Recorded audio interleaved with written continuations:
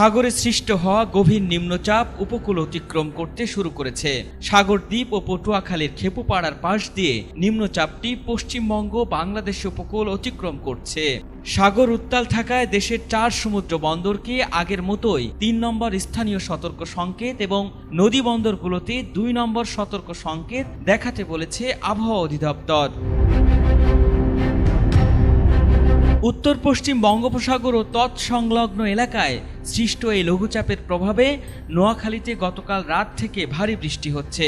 ঝোড়ো বাতাস ও সাগর উত্তাল থাকায় অতিরিক্ত জোয়ারে নিঝুম দ্বীপের নিম্ন অঞ্চল কয়েক ফুট পানির নিচে তলিয়ে গেছে। পানি বাড়ার কারণে নিঝুম দ্বীপ ও হাতিয়ার পরিস্থিতি আরও খারাপ হওয়ার আশঙ্কা করা হচ্ছে।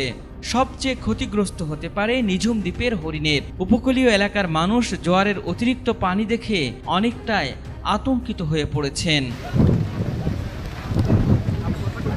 সাগরের এই গভীর নিম্নচাপের কারণে টানা বৃষ্টি ও মেঘনা নদীর অস্বাভাবিক জোয়ারের পানিতে তলিয়ে গেছে লক্ষ্মীপুরের উপকূলীয় এলাকার প্রায় 20টি গ্রাম। টানা বৃষ্টি, মেঘনার জোয়ারের পানি প্লাবিত হওয়ায় দুর্ভোগ এবং ক্ষয়ক্ষতির মধ্যে পড়েছে অসংখ্য মানুষ।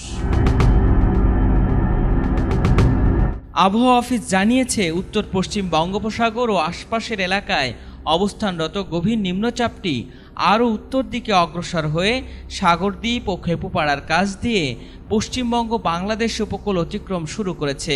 এটি আরও উত্তর দিকে অগ্রসর হয়ে উপকূল অতিক্রম সম্পন্ন করতে পারে এবং ক্রমান্বয়ে দুর্বল হতে পারে।